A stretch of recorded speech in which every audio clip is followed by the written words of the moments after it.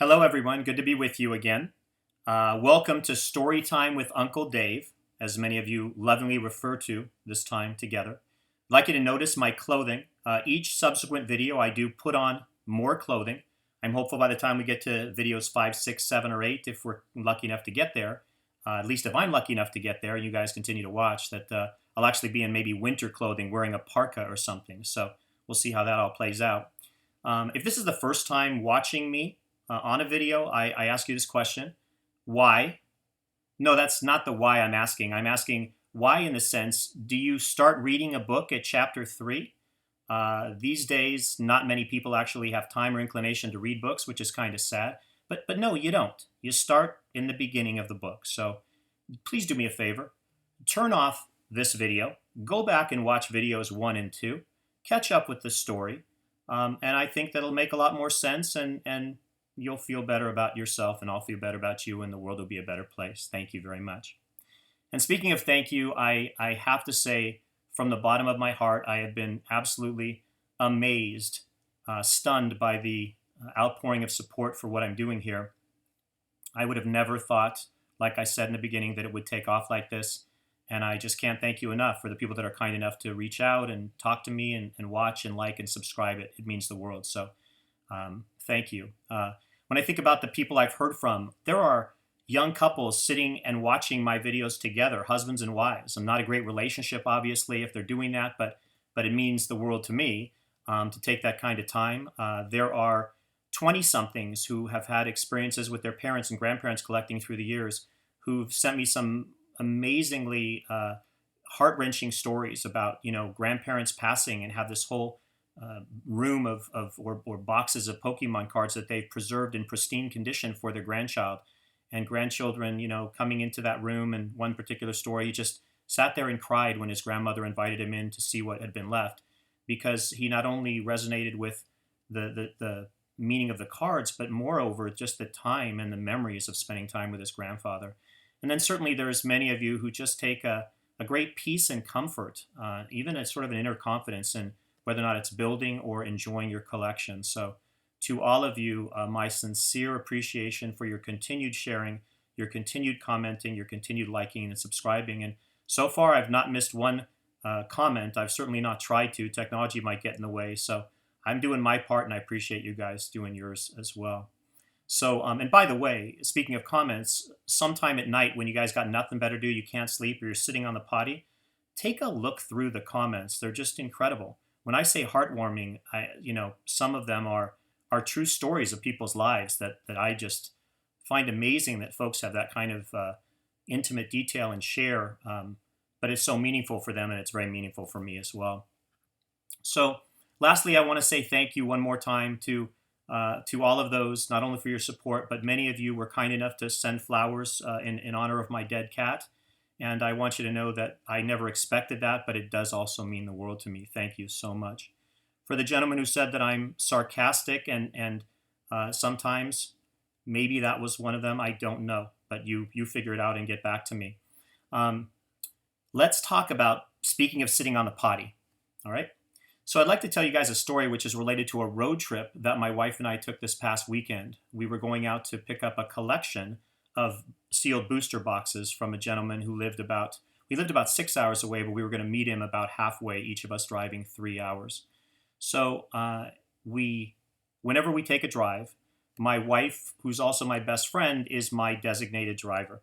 Because unfortunately, since I was a teenager, if I get behind the wheel of a car for any length of time needing to sit still and drive, I fall asleep. Not sure what it's about, kind of crazy narcolepsy thing or something. But I think what happens is I tend to run so much on adrenaline through my system, not so much food and other things. Not that you couldn't tell by my body. I definitely eat in spurts, and well, that's one of the things we're going to talk about in other videos, but my love of eating. But what you'll find is that my adrenaline propels me, and so when I stop for any length of time, it's sort of my energy is zapped, and then or maybe sapped, and then I'm ready to go to sleep. So we go together. I digress in my story, sorry. So we end up driving about 3 hours to a town in California called San Luis Obispo, and we do the deal, buy the boxes from the gentleman. Very kind man. If you're watching, thank you so much for your kindness and courtesy and time you took and everything else, and deciding to sell the boxes to me. And we end up deciding to go to a small hotel and restaurant called the Madonna Inn. It's kind of a landmark out there. We'd never been there before. We end up walking into this most gaudy, elegant, interesting, all pink place you've ever seen. So we're on our way to be seated to our table when we ask the host, hey, can you tell us where the bathroom is? Because we just drove 3+ hours, and sometimes you got to go after you drive 3+ hours. He says, do you know about our bathroom? You know, it's famous, right? So I'm thinking, okay, famous bathroom. And then he looks at my wife and says, you know, you're going to want to see this too. So everyone does. So, well, my wife didn't end up seeing the bathroom, but I did. And when I went in, I encountered this kind of sink. First at the sink, and behind the sink is this whole kind of out-of-the-wall rock, kind of carved rock backdrop. Regular basin and everything. Next to the sink, you have a urinal, and next to the urinal, you have 2 bathroom stalls. So let's talk about the urinal next to the sink. Well, the urinal is not actually a urinal. What it is an open area, completely open, where 3 men, maybe 2, maybe 3, for sure 2, can stand hip to hip, completely open, no barriers, and pee in a drain on the floor. So when you stand in this completely open area, what it does is it recognizes you via a motion detector, and it starts a waterfall in the back of the wall. So you can enjoy a waterfall flow while you're peeing. How neat, right? Well, here's the problem. I have what's referred to as a shy bladder. I've had it my whole life. And what it means is, if anyone else is around me, I can't go. Imagine that I can't actually go most of the time if there's urinals with barriers between them, much less one that's got nothing there at all. So nervously, I glance around. I'm thinking to myself, I better get this over with quickly. But, first let me see if I can get into a stall. That would certainly make things a lot easier. Nope, of course not. Stalls are occupied. So I stand there, no choice. Here I go. Standing in the open, praying no one walks in, nervously trying to do what I always do in this situation. I'm doing math problems in my head. 29 times 3, 87 times 3. Trying to handle the task at hand in the only way that I know how. But of course the story doesn't end there, because it never does with me, right? Lunch finishes, and I suffer from another ailment. You're going to love to hear about all these if you continue with me along my journey. I suffer from irritable bowel syndrome. You 20-somethings, millennials, go on the Google, Dr. Google, look it up. But what it means is it's literally a crapshoot, no pun intended, as to whether or not I can go when I need to go. So best for me to try to take a chance before we get on the road for 3 hours. I decide to get the privilege of going back to the famous bathroom one more time. I walk down the flight of stairs. I pass a group of people kind of milling around in the hallway outside the gift shop, about 5 people. They kind of give me a look. I'm thinking, okay, not sure what that's about. Go into the bathroom, get myself settled into a stall this time, sit down comfy, ready to do my business. Okay, well, here's what I hear. The door swings open to the bathroom, and apparently the 5 people that were standing in the hallway, they must be part of the uncalled tour group that's out there waiting to tour the bathroom the next time around.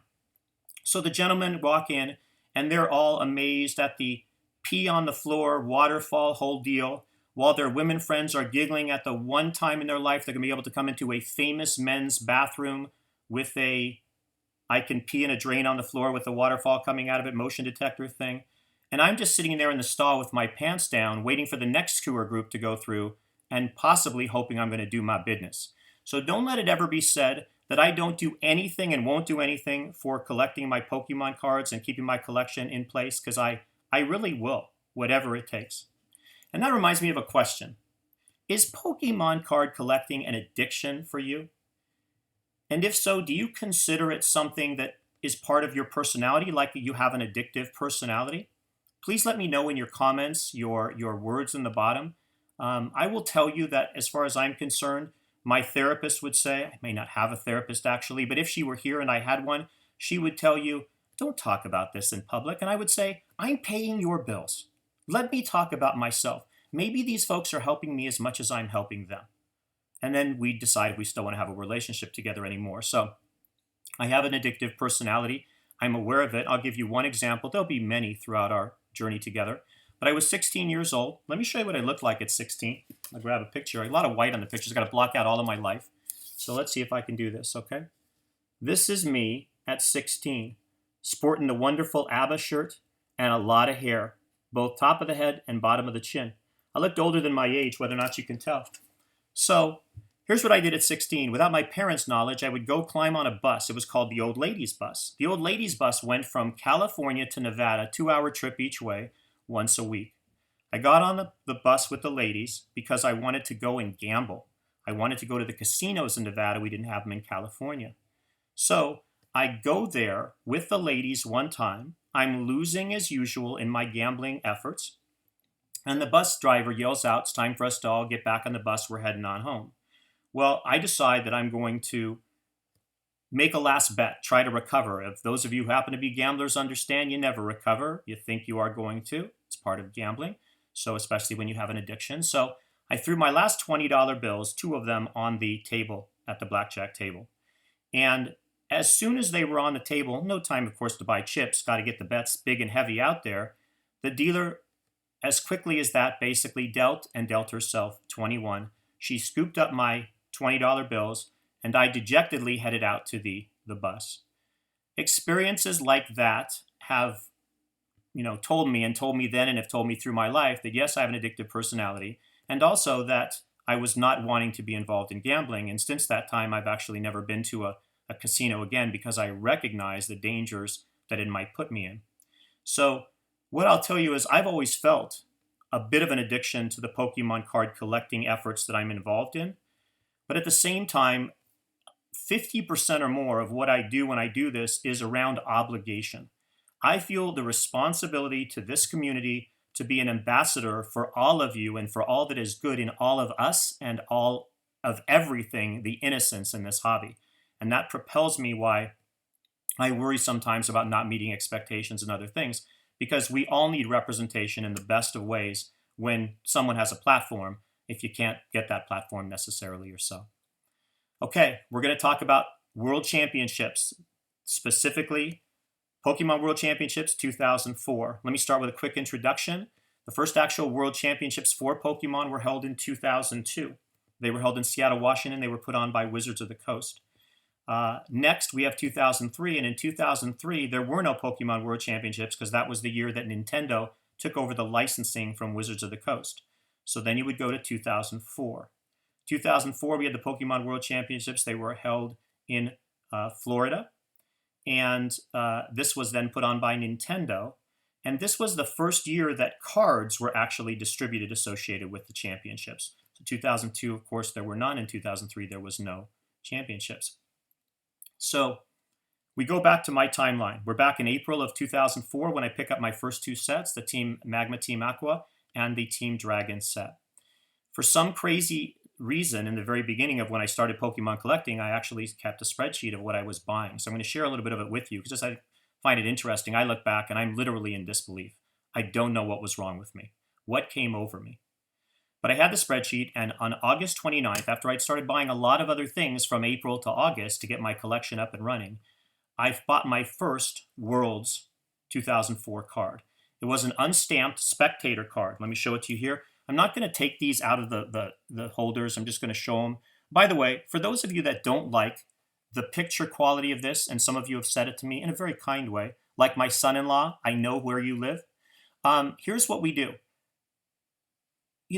Subscribe me, like me. When I get to 1,000 subscribers, maybe we do a better camera. When I get to 2,000 subscribers, we do a microphone, dear son-in-law. So we're in this together. You help me, I help you. It's all good, okay? But let's look at this. The first card, this was the only time that a card was given to the spectators at the event. And you'll notice this Tropical Wind card, Black Star Promo 026, number 026, did not have any stamp on it at all. What's interesting, in the last several weeks on eBay or others where you'll find these cards selling, someone or some people have been buying these up, completely gone. The price has gone from $10, $15 to The last one I sold was almost $100. We have it listed over that now because these are no longer available at all. You just barely see them because they're being bought up. By the way, my price for that card, $6.50.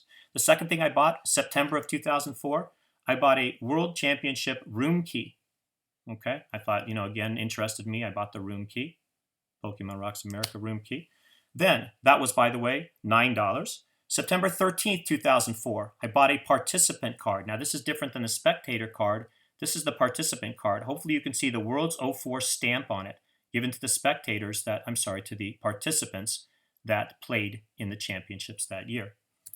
Okay, by the way, that card, I have the prices here I'm reading for you, $21.75. Now, the next card I bought was 8 days later on September 21st. I bought the stamped staff card. Again, so you can see the World's 04 stamp, and you can also see the staff card, the staff stamp at the bottom. This card cost me $135. I then was able to pick up the quarterfinalist card. The quarterfinalist card was September 26th, 5 days later, and you can see the stamp on the bottom, quarterfinalist, world stamp at the top, and this card was $875. Ask yourself if you think I overpaid and was crazy, because I do, and I know I was. Then I picked up the stamped top 16 card, top 16 at the very bottom, and the World's 04 stamp on the picture. The top 16 card cost me $360. 1 day later, I was able to pick up the finalist card. Here is the finalist card from that year. I can't see if I can get that. There it is right there. Finalist in the 04. This finalist card cost me $1,690.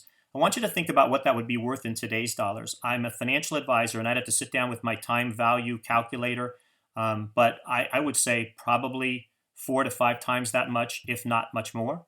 So kind of crazy. I was just, over the top jumping it, had no idea what I was doing at the time. And the final card I got was the semifinalist card. I was able to get that just a couple of days later for about $829. Interestingly enough, I'll tell you something about semifinalist cards over the years from my experience. They are often harder to get than finalist cards.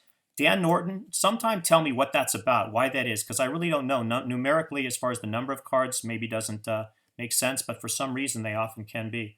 Okay, other things that I'll tell you just about 2004 before we move on. Number one, this was the only year where if whatever place you finished in, you got that card, and that was it. If you finished in first place, you got the finalist card. If you finished in 16th place, you got the top 16 card. You didn't get any cards below it. So today, if you finish in first place, you might get first, then the semifinalist, then the quarterfinalist, then top 16, whatever, all the way through. That time, you just got 2 cards of each of the place that you finished. So it was not possible to get the entire run from one individual. I had to be out there looking for many different people who might have the card available. At the end of the World Championships, and this happens to this day, they sit down with some of the winners, some of the second place finishers, and they will interview them and decide if they'd like to make decks, replica decks of the decks that they use to play and win their championships. And so that's what we started doing back in 2004. I wanted to show you the decks that I bought as well.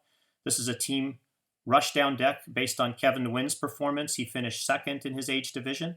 And it talks about on the back, if you were to see some of these, they talk about the deck and what it's made of and what its strategy is, some basics of how the player finished. You'll notice I'll show you a card real quick. These decks have typically a silver border of them and a replica signature. I don't know if you can see Chris. This was Chris Phillips, a card from his set, under the right part of the picture. And they actually do a replica signature on each and every single card. These are not tournament legal to play with, but these are the backs of the cards as well. So very neat. There's been 4 decks put out for each of these years since 2004 going forward, 2005, 6, 7, all the way through. They're very nice and nice to display.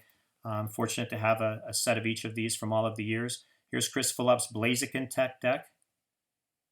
I'll show you the back real quick. I have an orange color. This was Reed Weichler's Rocky Beach deck.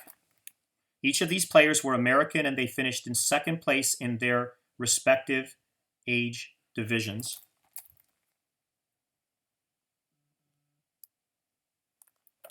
And then this was Tsugiyoshi Yamato's deck.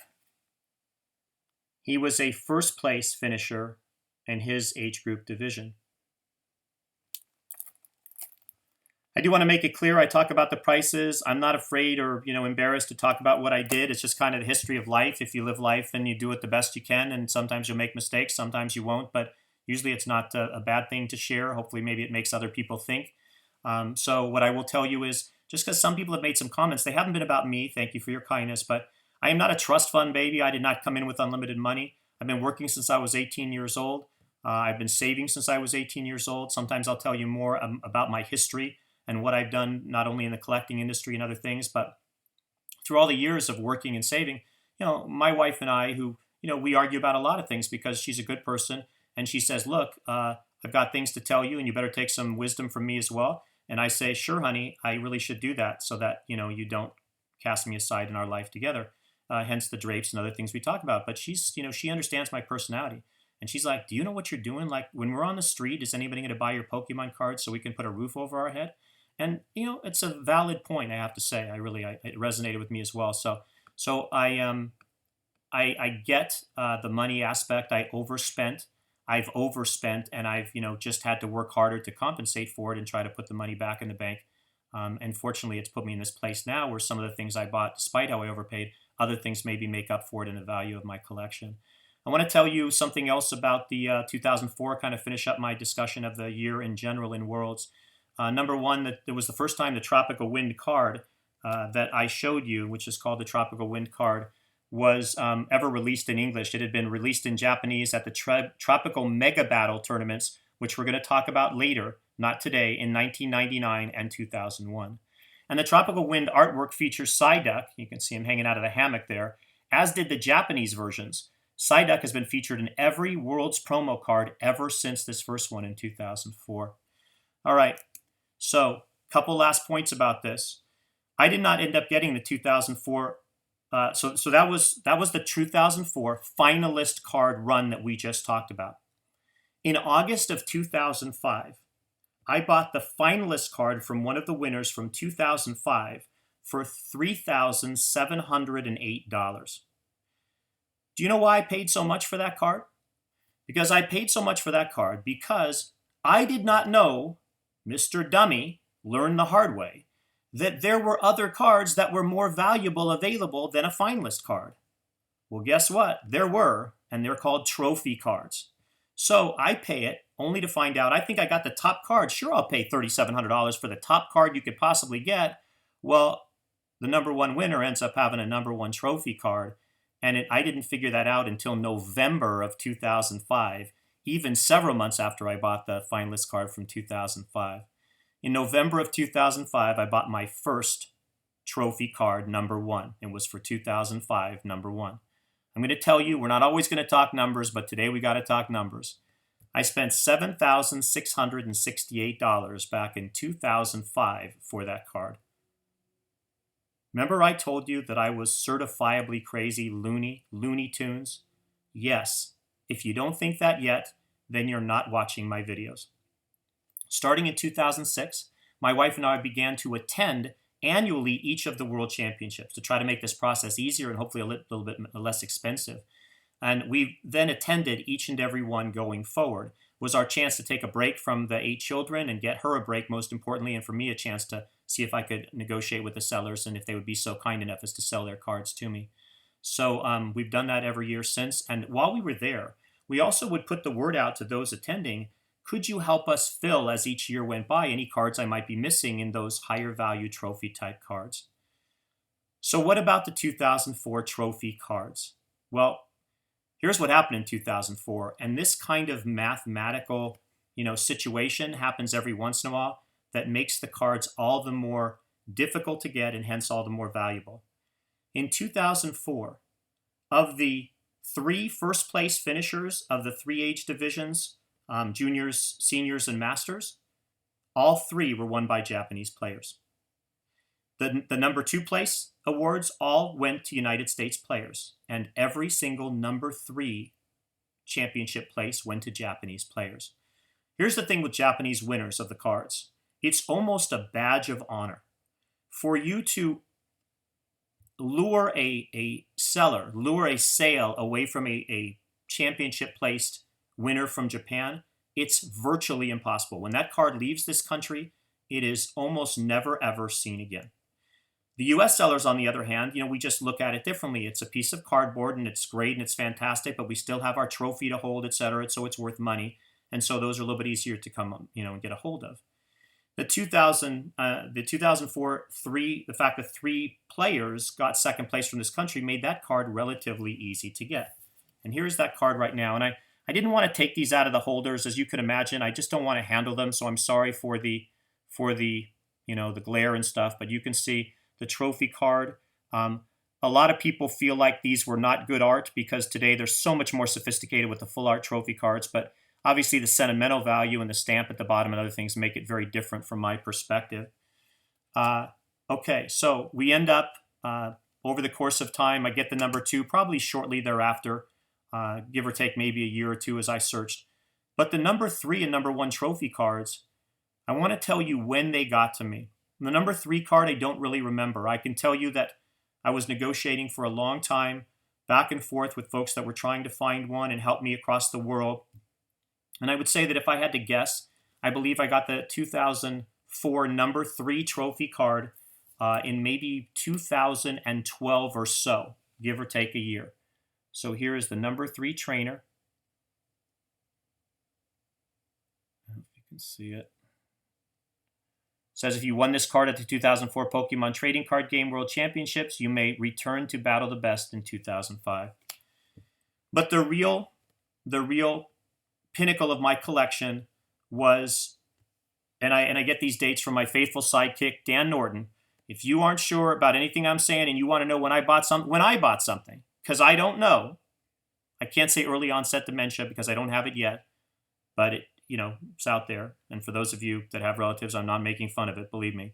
But Dan knows everything about my stuff more than I do, so just check with him. He'll tell you whatever you need to know. This is the number 1. I was able to get this through a friend of mine, through an acquaintance, through a business contact, through somebody who is one of the most amazing people I've dealt with in this hobby.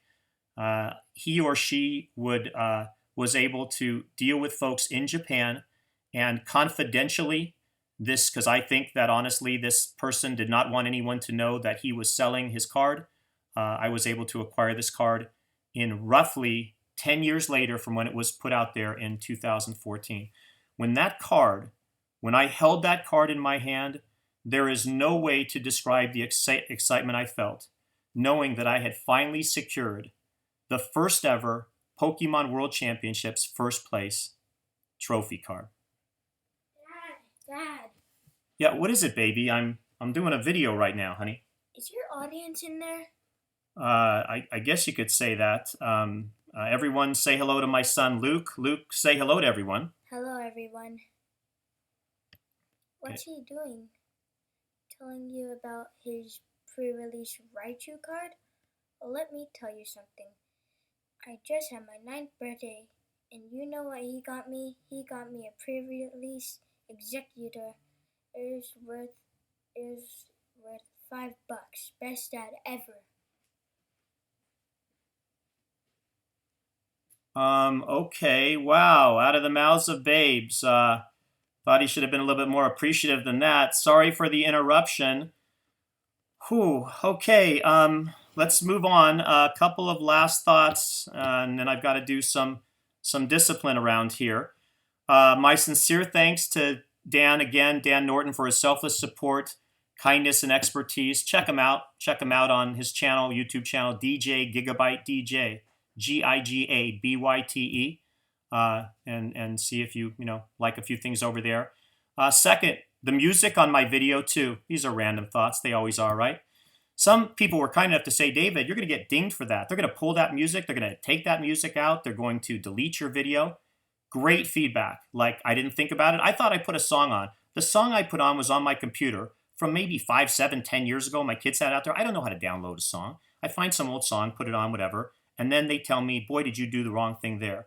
Well, thank you for the feedback. I appreciate it. Any feedback's always desired and appreciated. So I look at my video like 3-4 days later. They got a fancy schmancy writing description out there of all the licensing that was okay with that song. YouTube has that song licensed. It makes it look like I had a professional come in and do my video with the music, and I was okay. I survived, and now my video looks even more fancy, like I put my own music on, got it all licensed, approved, etc.